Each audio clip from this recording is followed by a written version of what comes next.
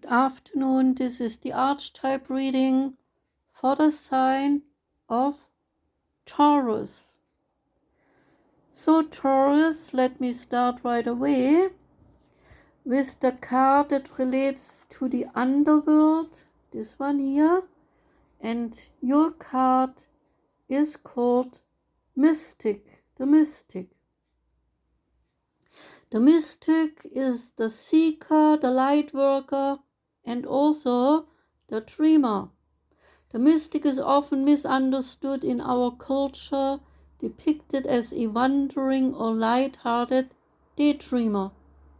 Yet like Shiva, the god of Hinduism, the true mystic plays a critical role in society because he is fearless with regards to his transformation.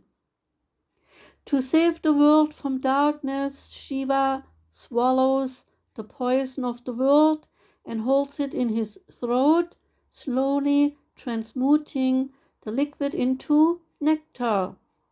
This is the work of a mystic. A mystic does not fear darkness, but rather sits in the presence of it. A mystic is patient and a prudent changemaker, and he seeks growth. The mystic's lifeblood is an unanswerable question which he reveals in mystery, in the great riddle of life, dancing with the forces of light and of dark. Like any light worker, the mystic must build a relationship with fire. This begins by awakening the inner flame or tapas within oneself. It might seem that the mystic is inward facing, but the mystic's light beams back to the world with the strength of 1,000 stars. When this card's meaning is light, it relates to remover of darkness, visionary, and ageless. When this card's meaning is dark, it relates to seeking attention and recognition and expecting results. To go deeper, read Senkoan's poetry and Murakami's novels. Now, Taurus, we come to your card relating to the past, and the card is called the Bardo. The Bardo, he is the liminal, the in-between, and also the transition. It is said that a Bardo is a place between this life and the next, a liminal realm through which souls must pass. When we envision this inherently mysterious space, then we are able to see our relationship through a cosmic and timeless lens. We may receive messages from those who are no longer with us, or see visions of lives not yet lived. In the Bardo, there is potential to forgive the unforgivable, to say the unsaid, to see the unseen, to love the unloved, and to let go of all the things that cause us pain. The Bardo opens up to a higher wisdom. The energy of the Bardo does not belong to Earth as we know it, but rather to the cosmic network of which we are a single thread. The Bardo is not to be feared. Take advantage of its energy by recognizing what needs to be resolved. Trust that there is a message for you from beyond. Ask yourself, who is speaking? And go ahead and listen. When the veil between this life and the next is thinned, energy is stirred, and this allows for remarkable healing and vision. When the card's meaning is light, it relates to spaciousness, grace, forgiveness, and truth. When the card's meaning is dark, it relates to torment, dislocation, hallucination, and transience. To go deeper, read the Tibetan Book of the Dead and James Hillman's and San Shamdasani's Lament of the Dead, based on the psychology of Jung's Red Book. Now we come to the so-called card, the Heaven card, the card of the Heaven. Yours that came up, Taurus, is called the Pilgrim.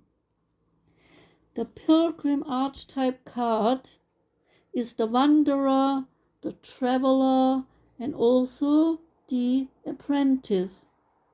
For the pilgrim, an outward journey is also an inward journey.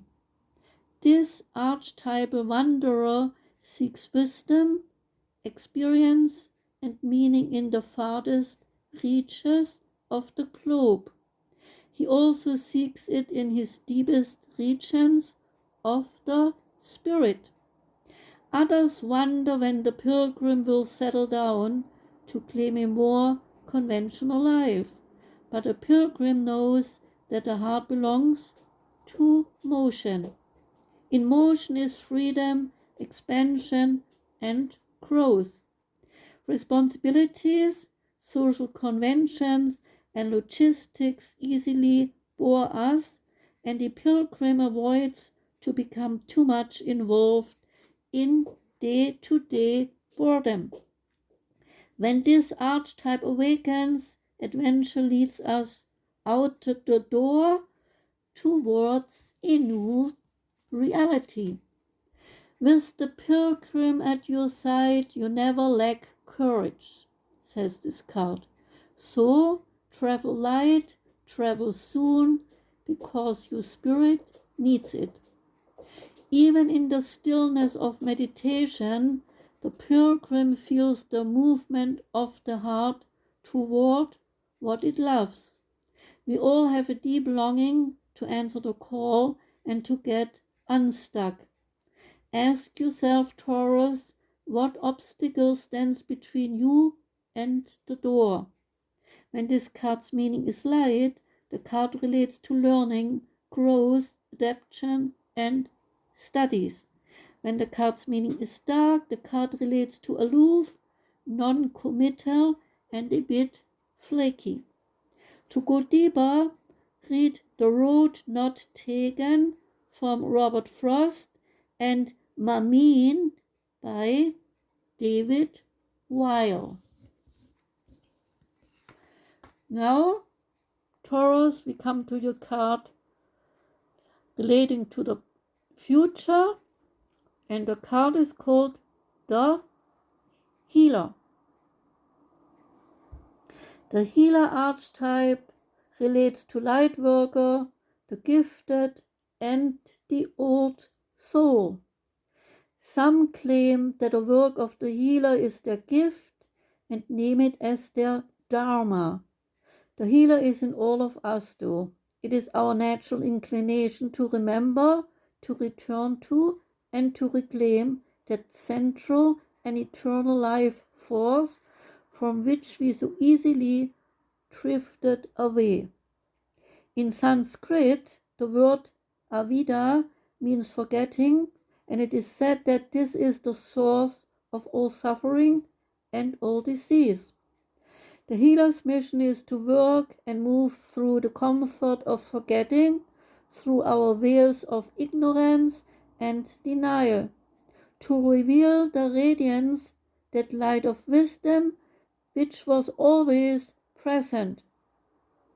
The healer goes about this in multiple ways, from multiple angles, knowing that the cycle of healing is not linear, but instead multi-layered, always leading back to its own origin, much like the Ouroboros, the snake of eternity. The image of the serpent is eternally tied to healing and to medicine. Both Western Carducci's and Eastern Candolini study the serpent and its power. The wounded healer is not someone who was wounded and is now healed. Rather, it is someone who continues to courageously break open the self and ego as a means for deep integration. When this card's meaning is light, it relates to self-contained, grateful, and to awake. When this card's meaning is dark, it relates to tired, needy, and forgetting its own practice. To go deeper, Asclepius, the hero of god of medicine in ancient Greek mythology, and Dhanvantari, the father of Ayurveda. And what you should do, just take some time and think about those two, okay? To get maybe a deeper understanding. Now we come to yourself, Taurus, and yourself in this spread is called the One. The One is non-duality, one love, and unus mundus. Unus mundus is explained as one world, and it is an underlying concept of Western philosophy, theology, and alchemy, of a primordial unified reality from which everything derives. It can be safely said that the notion dates back to Plato's allegory of the cave. To experience this archetype, the One, firsthand, is limiting. The One is both the energy that unites all living beings and our capacity to sense this intimate union. This archetype eludes us most of our lives because it appears as a concept in a very distant galaxy, hard to grasp. But when we feel ourselves in the midst of its power, we cannot help but feel its importance. When we glimpse at the vastness of all consciousness, we are neither small nor large within that field. We are neither important nor unimportant because all duality fades away and we are left with what is, the precious knowledge that life is a gift and we are both the giver and the receiver of this fortune. It is said that Om is the primordial sound of the universe and that all mantras are born from it, from Om. Simply to imagine this possibility will activate the One. The Unus Mundi is the circle representing the unity of existence. Is it possible that the beginning and the end of all times is love? That's the question that you should ask yourself, Taurus. When this card's meaning is light, it relates to serving, loving, accepting, and resonating. When this card's meaning is dark, it relates to ignoring and excluding others. To go deeper, look at the art from James Turrell, The Color Inside, and read the poem Self-Portrait by David White. So, Taurus, that was your archetype reading for today. Thank you very much for listening and hopefully come back next time when I read for your sign again. Have a wonderful afternoon. Goodbye.